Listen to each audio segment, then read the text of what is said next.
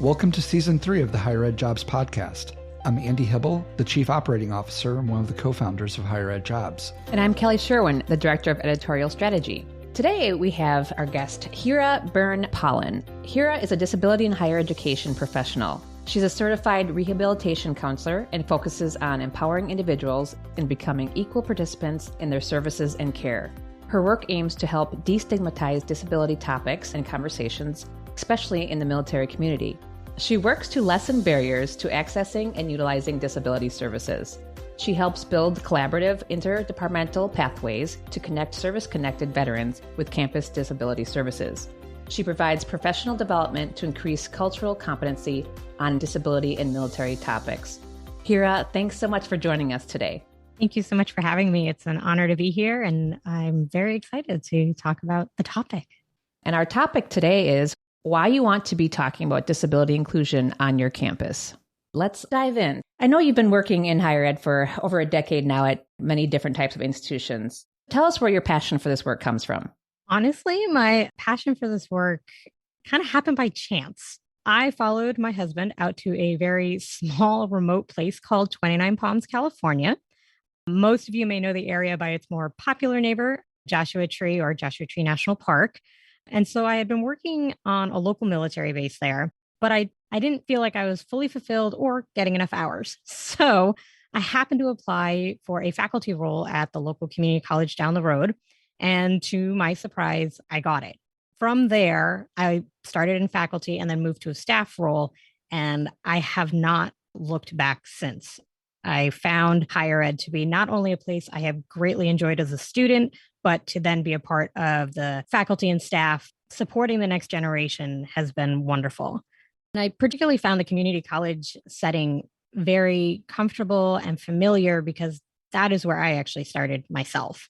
And so I've always been very fortunate to have phenomenal mentors throughout my academic career, and without whom I wouldn't be the professional that I am today. So I will give a quick shout out to Vivian Ostrowski of Holyoke Community College. She was really my springboard.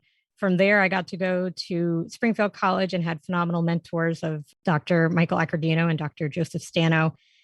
I am currently a PhD candidate at Northern Illinois University, and I have a phenomenal chair, Dr. Booten, and a great committee, Dr. Fred Markowitz and Dr. Travis Martin. And with each degree tier, finding the right mentors and allies in the campus to keep you going is critical. So when I found myself in the staff role in disability services, I knew I had found where I wanted to apply my education and training as a rehabilitation counselor.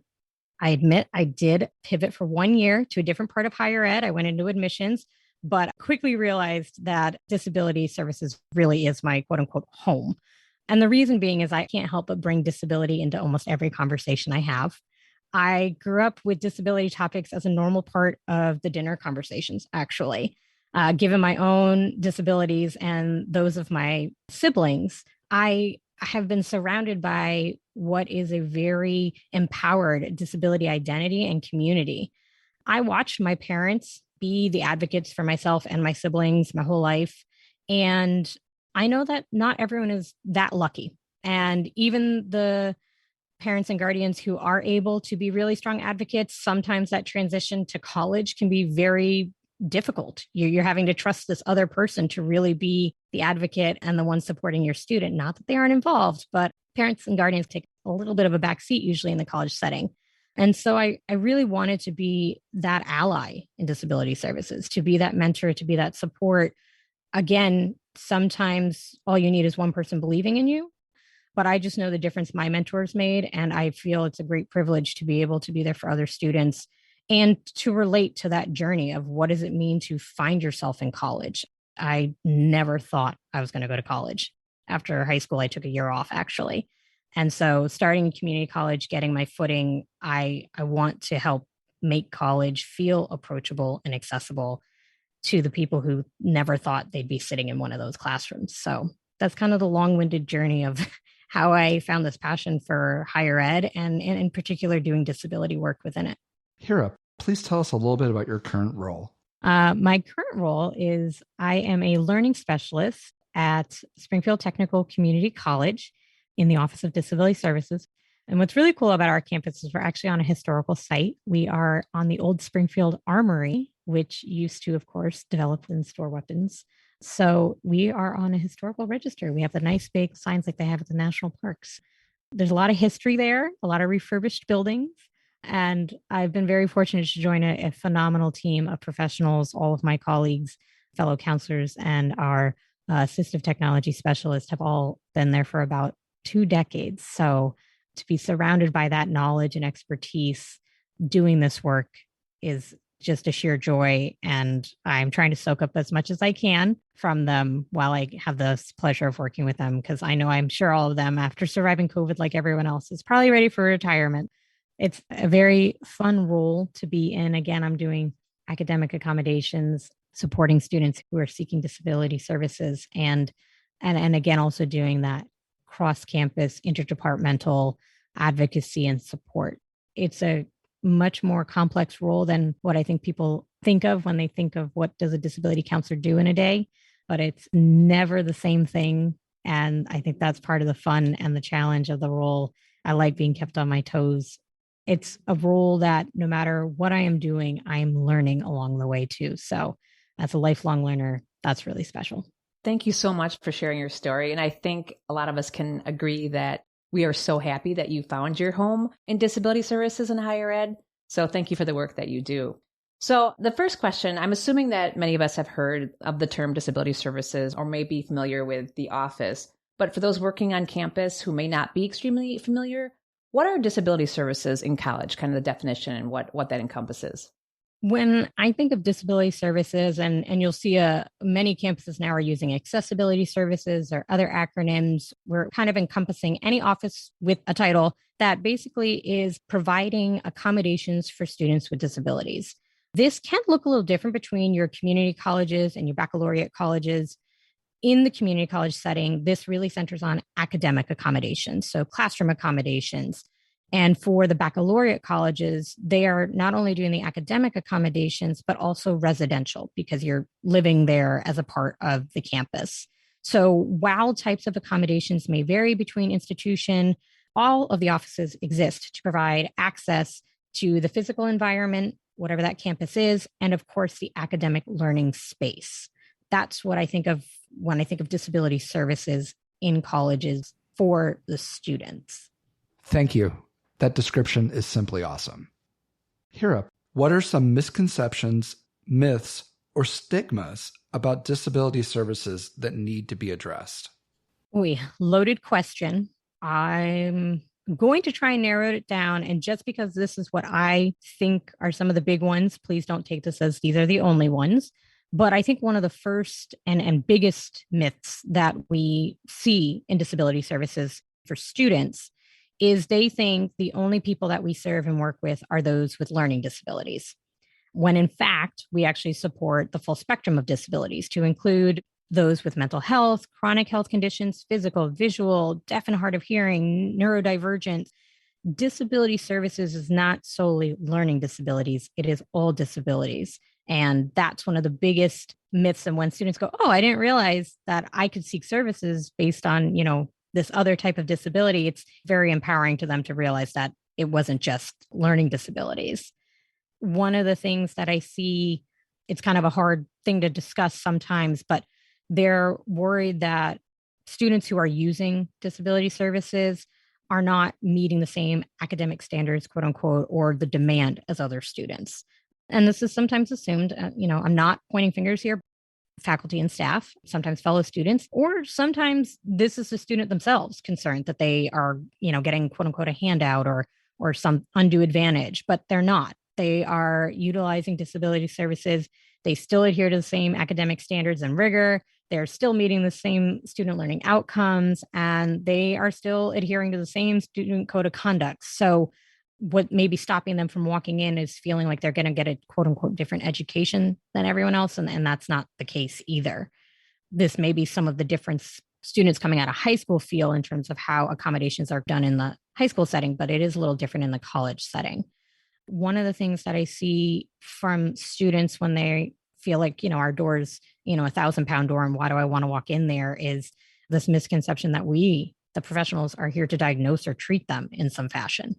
And while we often have a mental health training and education and background, and there are disability professionals in disability services that are fully licensed and can do the therapeutic relationship and counseling, that is not what the academic accommodations part of disability services for. And honestly, typically the mental health services aren't even housed in disability services. They're usually a separate office. Depending on the campus, they're sometimes, attached to a full mental health and well-being department.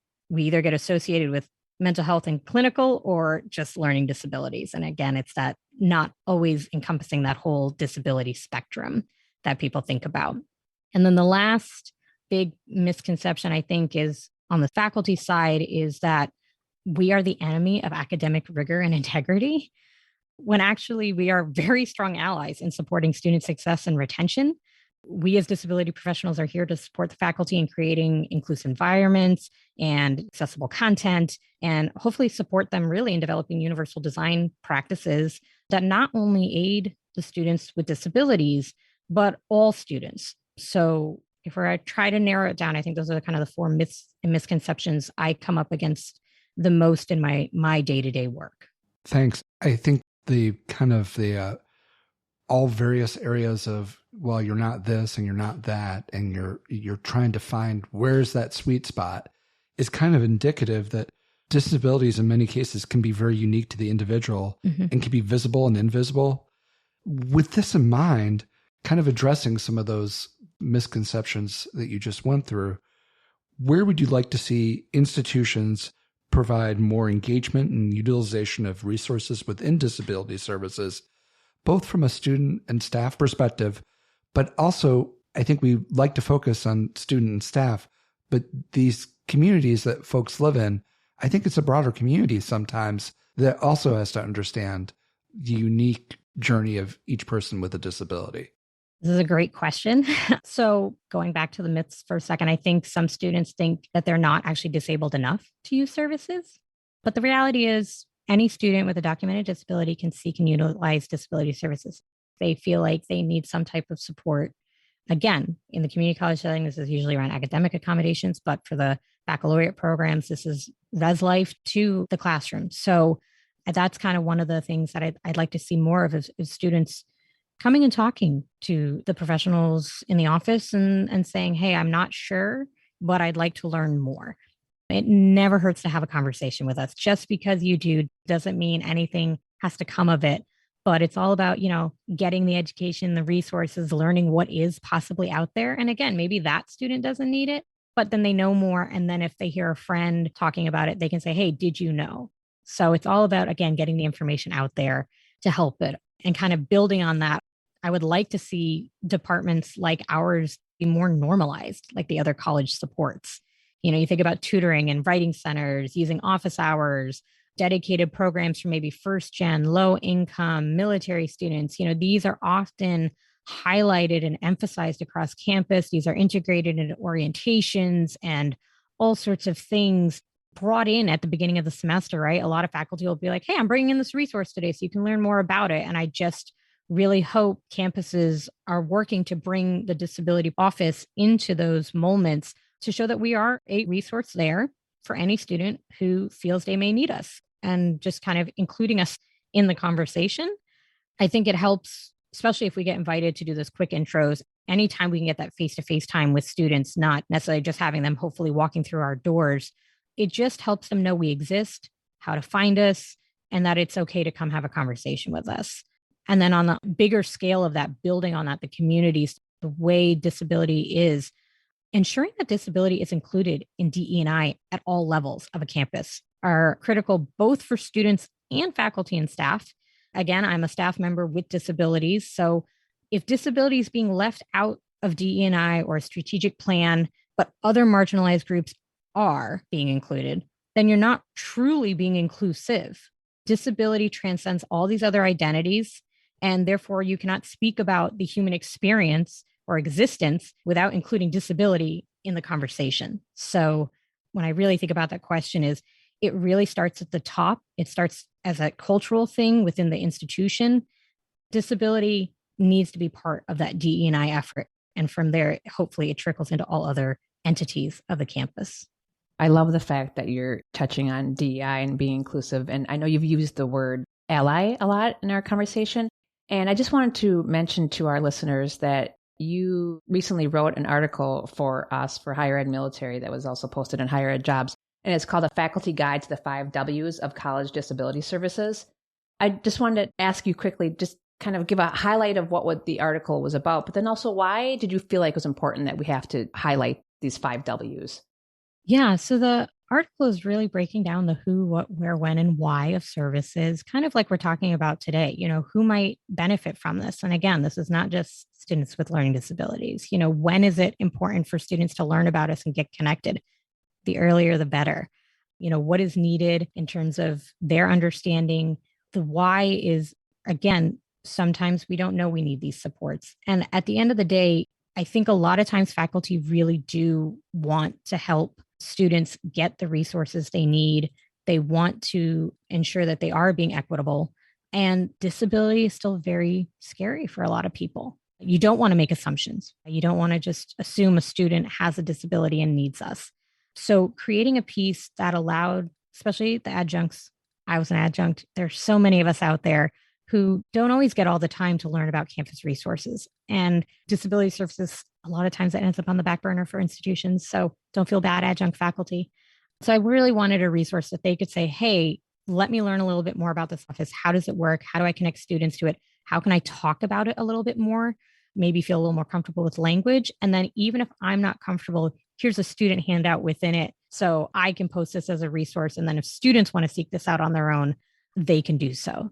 It was really meant to, from my own experiences within the higher ed space of saying, man, I'm an adjunct and I don't know where anything is on this campus or how to do certain things. And you do your best to reach out and learn things. Sometimes just having quick resources and guides can really allow you to focus on your teaching and all of those pieces of your work and still feel like you have, you'll have your life raft when you need it.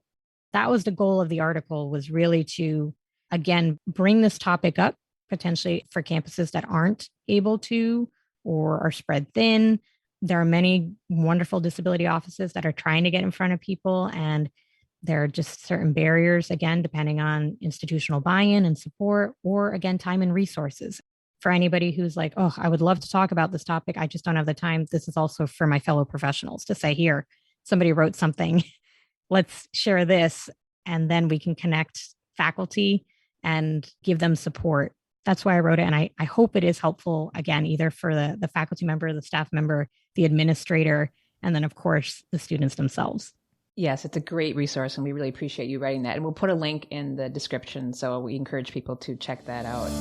Looking for more conversations in higher ed? We invite you to join the Higher Ed Military community as we discuss issues, best practices, news, and general trends affecting our institutions and the Higher Ed Military affiliated community. Inspired by the deep commitment to service that veterans and military-connected faculty, staff, and leaders have towards the academic community, we at HigherEdJobs established Higher Ed Military as the resource for both original and curated news and information, as well as job opportunities from colleges and universities actively recruiting military-connected professionals. Visit us at HigherEdMilitary.com on Facebook and LinkedIn.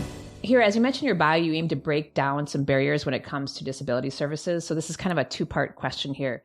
What do you find is the main reason that students may not want to use disability services? And then on the flip side, what are some reasons that faculty and staff may not use disability services? The main reason that disability services or supports aren't utilized in general, whether you're a student or a faculty staff member needing them yourself, there's still stigma around the way in which disability is perceived by society. I think that's still the greatest barrier for any individual, anywhere, at any time, not seeking some type of disability support. Again, students often don't want to seek services because they don't want to be othered or feel like they're, not as capable as their peers. Faculty and staff don't always seek support through what is typically called the ADA coordinator because they don't want to seem incapable of doing their job. So for faculty and staff that are wanting or needing accommodations or support related to their disability to do their job, that's typically a role held in human resources. It's typically called the ADA coordinator. Again, this stems a lot from the fact that there is this medical model or deficit model of disability. It's still very prominent. It's actually the foundation of a lot of the, the disability laws that are in play. But if you look around at the disability community, which is highly diverse, the advocates in the space show you a very different set of models. There's a social model, environmental model, identity models, and these really center on the human experience rather than the solely broken, quote unquote, need to be fixed model, which is more of that medical model that most, outside of the disability world center on and focus on. So I think when we look at that, why aren't people seeking it? Because there is often a deficit model associated with the term disability and seeking services. I will say there are some wonderful people who are out there advocating and, again, trying to help the general public learn about the other models of disability and what is disability identity and what is disability culture. Some of these individuals are Julie Harris, Emily Ledoux, Katarina Rivera, Meryl Evans, Sherry Byrne Harbor. Those interested in medical or allied health programs. Lisa Meeks is doing phenomenal work there. As we're thinking of this college setting, so the transition to college from high school, you have Elizabeth Hamblett and Annie Tolkien. And, for our veterans who are maybe still coming into their service-connected disabilities and their identity and what does that mean for them, I recommend Jill Hinton-Wolf, Bruce Thompson, Alfredo Torres, Hope White, and Ray Hahn.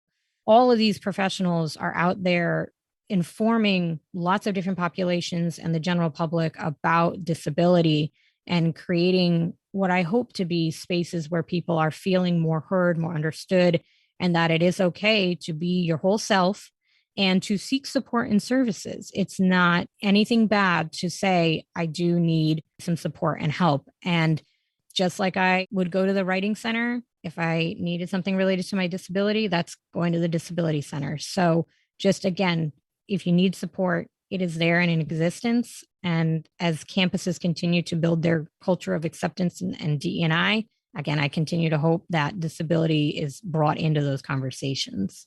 I kind of want to try to bring a few things together from several of the last questions. It kind of really struck me.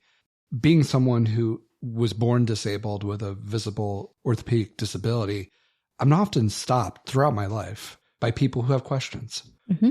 The idea when you're out there in a classroom setting in 2023, or you're in a professional office at a college or university, and you imagine yourself having one of these conversations, I think there's a reasonable fear that maybe I shouldn't lean into this. It's not polite to talk about it or say, we can offer some services. I don't want to presume anything. Right. And I kind of want to just say to both sides of the conversation, if you're a person with a disability who's going through life that way, and somebody offers that at our college or university, lean in and be human and be present and see what they have to say. I'd say most instances, people are trying to help. Occasionally, there's a few curveballs thrown your way, but most of the time, if you're open to the conversation, it works well. And for folks who are contemplating having that conversation and doing exactly as you're advising, Hira, which is actually letting people know what these services are available to them. It's not just for this or that or anything. That is a great way to be present and human and be decent to another person. You have a chance to take a small moment and make it a big moment in somebody's life. So I would absolutely say lean into that. As I think about my 9 years of being on a college campus as a student, I can honestly say I wish a few times I would have lessened my barrier, and I wish people would have told me a little bit more, because it definitely would have made my experience easier. For what it's worth, that's my take from now 55 years of living. I think this is our last question. So as we transition into that, this is more related to job seekers. So as a job seeker, how can a candidate best start a dialogue about the disability services available to them at an institution, balancing the idea that you're trying to land a job, but at the same time trying to figure out how good of a fit this job is for you based on some of your disability needs? This is a very loaded question. One of the big things is for job seekers is deciding when to disclose, because it is not a one-size-fits-all process. This is where I will strongly recommend following, again, Julie Harris, as well as Hannah Rose Olson.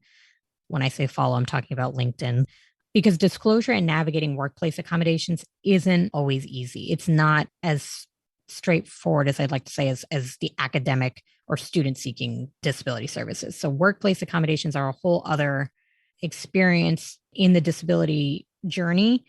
Ideally, an inclusive institution is providing clear and accessible information on how to seek accommodations and hopefully have a very smooth process for implementing them.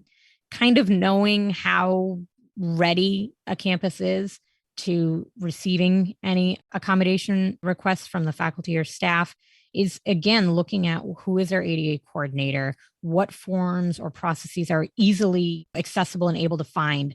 Are you digging through 10 million different windows just to find where that person is? That's probably saying that person's buried somewhere in a dark corner of the campus and good luck finding them.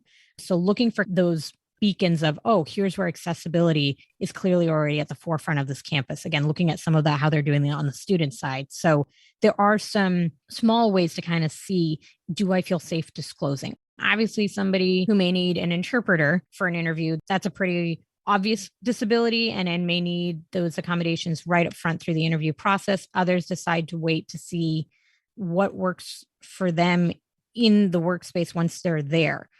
Again, many people with disabilities self-accommodate, meaning we have adjusted the way we function and do things and operate because that's just who we are. We're used to it, right? And we're used to environments not being ready for us. So we just do our own thing. So sometimes people with disabilities like myself, we don't always request the accommodations because we've figured out a way to make things work. So disclosing really comes down to the individual. How immediate is the need of the accommodation? And again, what is the environment? What is the task they're trying to complete? What is their experience? What are their actual needs in that moment? I'd like to say that it should be a very smooth process, but those of us in the community sadly know that isn't always the case. So a resource for understanding actually workplace accommodations and how to advocate for yourself is the Job Accommodation Network, or JAN for short. And again, they're trying to help both employers and the employee understand what are workplace accommodations, what are some common ones, how do you implement them, what does it look like at different sizes, institutions or companies or things like that. So again, sometimes we don't know what we don't know. As the job seeker, sometimes the institution is like, we've just never done this before. It's not, we won't. It's just, can you help us learn what this means and what is needed? It is unfortunate that sometimes, and this is any marginalized group, we have to educate others. You don't always want to have to do it, but sometimes that is the only way. And I always say when I've had to do it, I'm opening up the door for somebody behind me not to have to do that.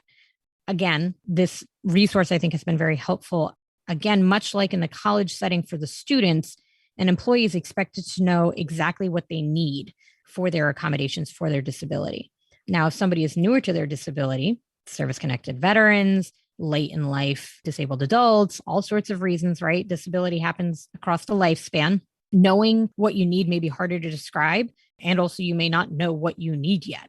So again, that's where Jan and those I mentioned can kind of help people learn how to be their advocate. Because again, at the end of the day, the burden is still on the individual to advocate for themselves, to always be able to say, this is what I need. This is how I'm experiencing whatever's going on around me.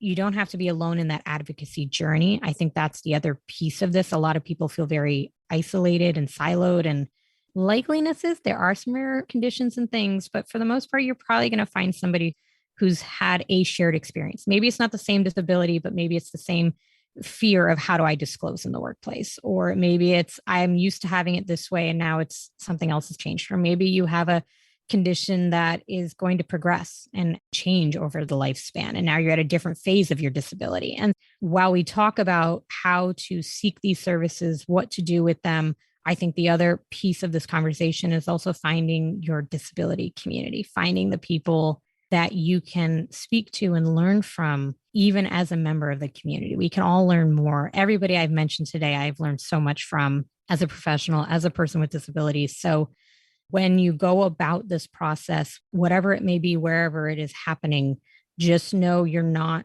truly alone in this space of trying to get accommodations, trying to push that line a little bit further on what does DE&I look like for all of us, because it can get tiresome. People also don't want to be tokenized.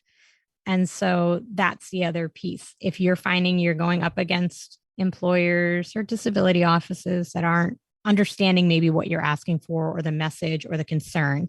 The people I listed here are out there to take the hits. They're out here to do some of the educating and the training. You don't have to be that person if you don't want to be. I always tell this to all the individuals I work with. I keep a little list of people like I just named and a list of books.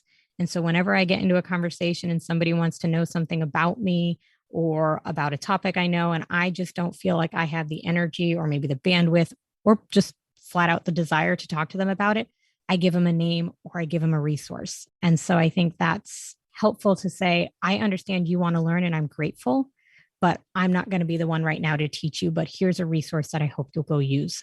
That's also the other piece of being in this space, is protecting those who don't constantly want to be, quote unquote, in front of the firing squad and having to always put their personal story out there.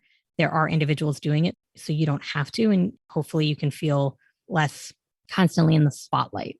I see it a lot in the workplace accommodations in particular, more so than the student side, where employees feel like they are the only one. They're being, quote unquote, forced to be the spokesperson for people with disabilities at their place of employment. And you don't have to be. That's wonderful advice. And thank you for that resource. We'll list that one as well. Thank you, Hira. That was wonderful. If you have questions about disability services for Hira or any other question for our Ask the Expert series, please feel free to email us at podcast@HigherEdJobs.com or tweet us at HigherEdJobs. We'd love to hear what you think. Thank you, Hira, for being with us today and offering such great insights into the disability community and disability services. Thank you for listening today. We look forward to welcoming you back to our conversations.